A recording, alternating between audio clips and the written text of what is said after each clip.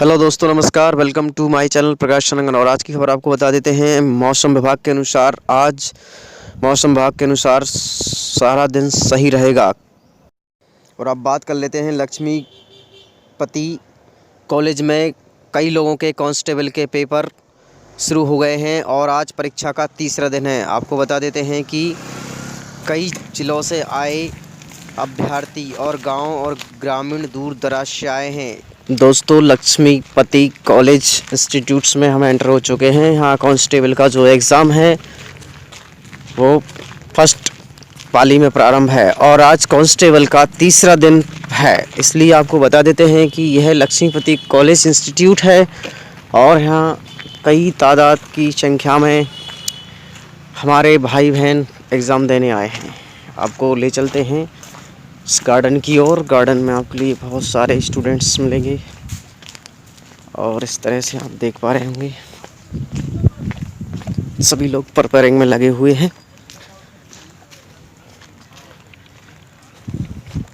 एक नियमित रोजगार की तलाश में।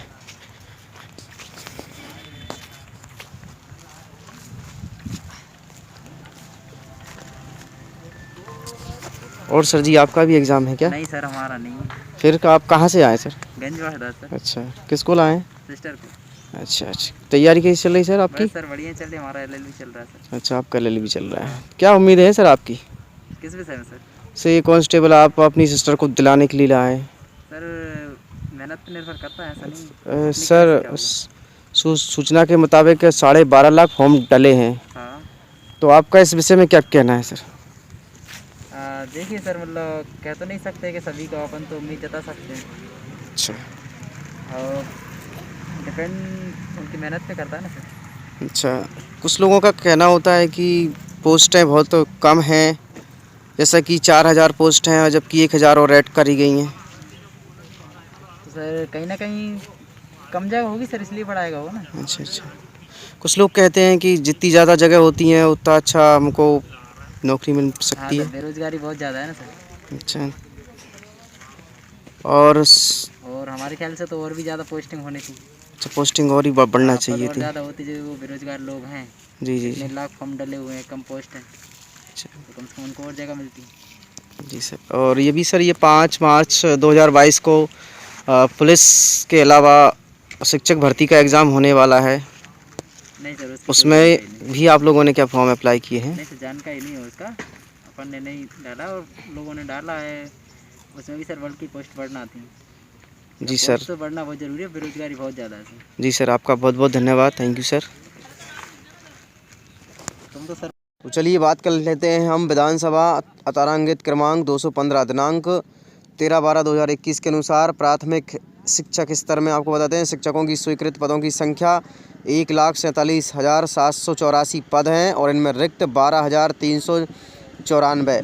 वहीं माध्यमिक की बात करते हैं तो 1,17,960 और खाली पद हैं आपको बता देते हैं 54,282। इस तरह से आपको बता देते हैं कि शिक्षा विभाग में इतनी बड़ी संख्या में पद खाली हैं और जिसकी प्राथमिक शिक्षक पात्रता परीक्षा 5 मार्च 2022 से संपन्न कराई जाएगी। वहीं आपको बता देते हैं कि अभी उच्च माध्यमिक और माध्यमिक की भर्ती हुई है, अब प्राथमिक स्तर की भर्ती संपन्न कराई जाएगी। इस तरह से आपको बता देते हैं कि आगे की प्रक्रिया क्या रहेगी। आगे मध्य प्रदेश की अतिथि शिक्षकों की आवाज़ क्या है कि शिक्षा व्यवस्था का समाप्तिकरण कर रही है शिवराज सरकार और रोजगार छीन रही है। वहीं आपको बता देते हैं कि अभय वर्मा जी ने लिखा है कि सभी अतिथि शिक्षकों को हटाया जाएगा, अब किसी भी अतिथि शिक्षक को नहीं रखा जाएगा।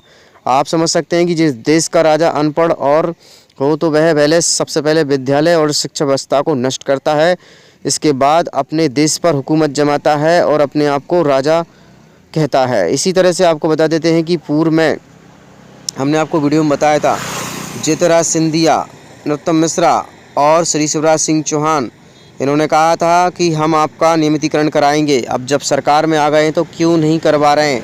आज सड़क पर अतिथि शिक्षक हैं, ज्योतिराज सिंधिया महलों में हैं।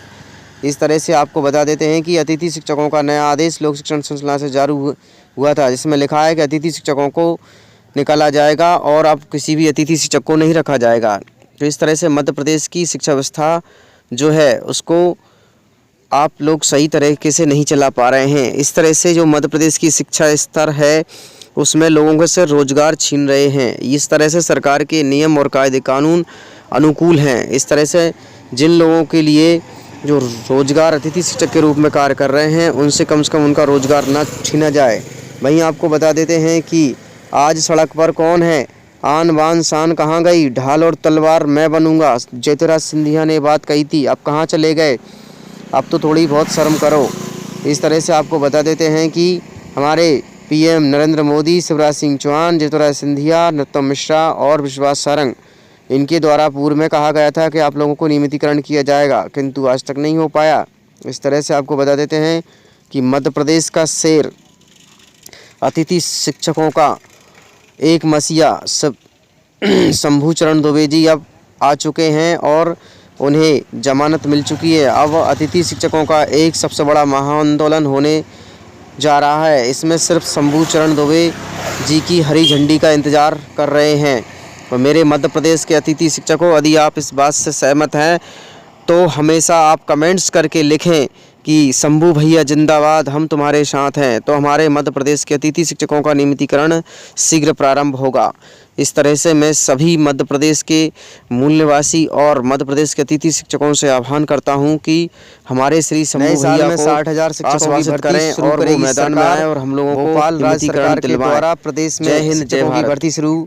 मुख्यमंत्री श्री शिवराज सिंह चौहान ने शिक्षा विभाग की समीक्षा के दौरान शनिवार को यह निर्देशित किया है और उन्होंने कहा है कि परिस्थितियां में ध्यान में दें रखकर शिक्षकों को चयन किया जाएगा। आगे बात करते हैं हम प्रशिक्षण को लेकर, उनकी कौशल क्षमता का विकास किया जाएगा और प्रदेश में शिक्षकों की करीब 60,000 पद खाली हैं। वहीं आपको बता देते हैं कि मुख्यमंत्री श्री शिवराज सिंह चौहान सीएम राज स्कूलों को मॉडल के रूप में स्थापित करना चाहते हैं और इसकी प्राथमिकता संचालन शुरू करने के लिए निर्देशित दिए गए हैं। मुख्यमंत्री जी ने कहा है कि विशेषज्ञों की सलाह से शैक्षणिक पाठ्यक्रमों में और गुणवत्तापूर्ण निर्माण हो सके। मुख्यमंत्री ने कहा है कि प्रदेश में पीपीपी मोड पर सैनिक स्कूल खोले जाएंगे और लोगों को प्रोत्साहन कर सैनिक स्कूल खोलने की कार्यवाही की जाएगी। स्कूलों की योग कराए जाएंगे और प्रतिदिन योग एवं गतिविधियां हों। इस तरह से राज्य की शिक्षा का अध्ययन करने को कहा है और उन्हें शिक्षा स्तर को अच्छा हो। इस तरह से जिले स्तर पर शिक्षा के स्तर की रैंकिंग करने को भी कहा है कि जिले स्तर पर इनकी कार्यवाही करने की कृपा करेंगे और जिले स्तर पर शिक्षा से संबंधित कारणों का निराकरण करेंगे। और आगे की प्रक्रिया में समाचार पत्रों गणतंत्र दिवस किए जाने के शिक्षा विभागों को लेकर नायकों को तस्वीरें संदेशों का निर्देश किया है। आयुक्त जनसंपर्क में कहा है कि समारोह में सम्मिलित होने के लिए सामान्य प्रशासन एवं महानिदेशक के द्वारा पत्र जारी किए गए हैं। कार्रवाई प्रशासन के गृह विभाग के द्वारा माननीय मुख्यमंत्री के संदेश का वाचन किया जाएगा और वहीं परेड पर झांकियां निकाली जाएंगी। शिक्षण व्यवस्था कार्य को लेकर ध्वजारोहण और राष्ट्रीय गान का आयोजन किया जाएगा। इस कार्यक्रम में 1 से लेकर 10 के बच्चों तक को शामिल नहीं किया जाए।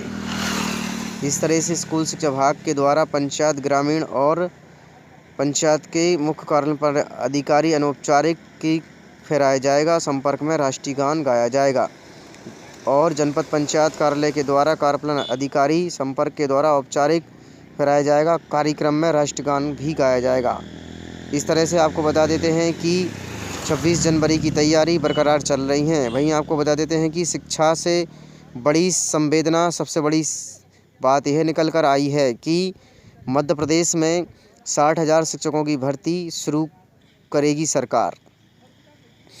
इस तरह से आपको बता देते हैं कि राज्य सरकार शिक्षकों की भर्ती शुरू करेगी। मुख्यमंत्री श्री शिवराज सिंह चौहान ने स्कूल शिक्षा विभाग की समीक्षा के दौरान शनिवार को निर्देश दिए हैं और उन्होंने कहा है कि राज्य की परिस्थितियों को ध्यान में रखकर अतिथि शिक्षक और शिक्षकों की भर्ती प्रक्रिया को क्या राजनीति बनाई है।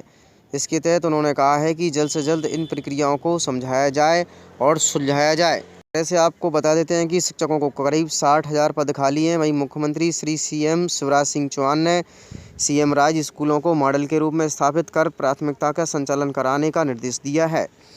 सीएम ने कहा है कि विशेषज्ञों की सलाह और शैक्षणिक पाठ्यक्रमों की व्यवस्था के अनुसार आगे की शिक्षा व्यवस्था को संभाला जाएगा।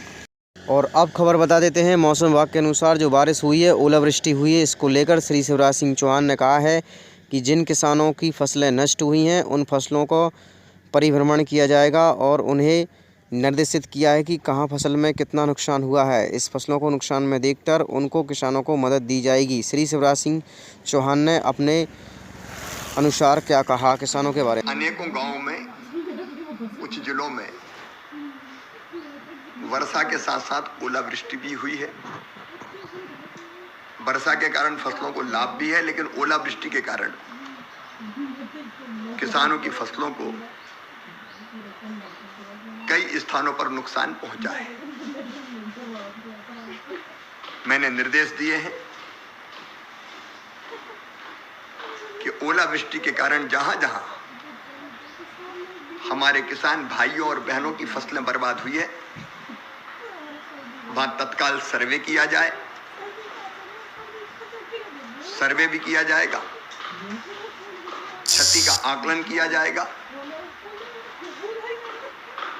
और क्षति के आकलन के बाद किसान को राहत राशि देने की व्यवस्था की जाएगी। फसल बीमा योजना का लाभ भी मिले, इसके निर्देश भी मैंने दिए हैं। प्रदेश की सरकार हमेशा संकट की घड़ी में अपने किसानों के साथ खड़ी है